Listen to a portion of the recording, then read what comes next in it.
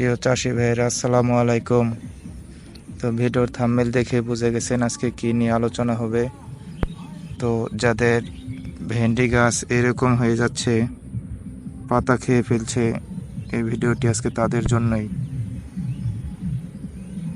এগুলো মাজরা পোকা এরম করে দিচ্ছে। এই যে দেখুন, এই যে এই পাতার মাঝখানে এই যে একটা মারা গেছে। আমি ওষুধ দিয়েছি, প্রায় 3 ঘন্টা হয়ে গেছে, পোকা সব মারা গেছে। যে মারা যাওয়ার পর এখানেই আছে, এই যে লক্ষ্য করলে দেখতে পারবেন এখানেই আটকে আছে পোকা। তো খুব অল্প খরচেই এর সমাধান পেয়ে যাবেন। ভিডিওটি দেখতে থাকুন। এই যে দেখুন, সুস্থ গাছ, সবগুলো পাতা এরকম হয়ে যাবে 3-4 দিনের ভিতরেই। এই যে এই পাতাটাও খেয়ে ফেলতেছে।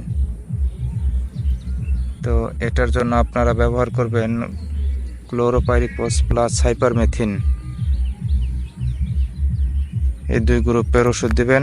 নাইট্রো দিতে পারেন, টাটা দিতে পারেন, সাথে অ্যামাবেক্টিন বনজেট দিবেন, যেমন গিল্ডার আছে, সাসপেন্ড আছে, এগুলো।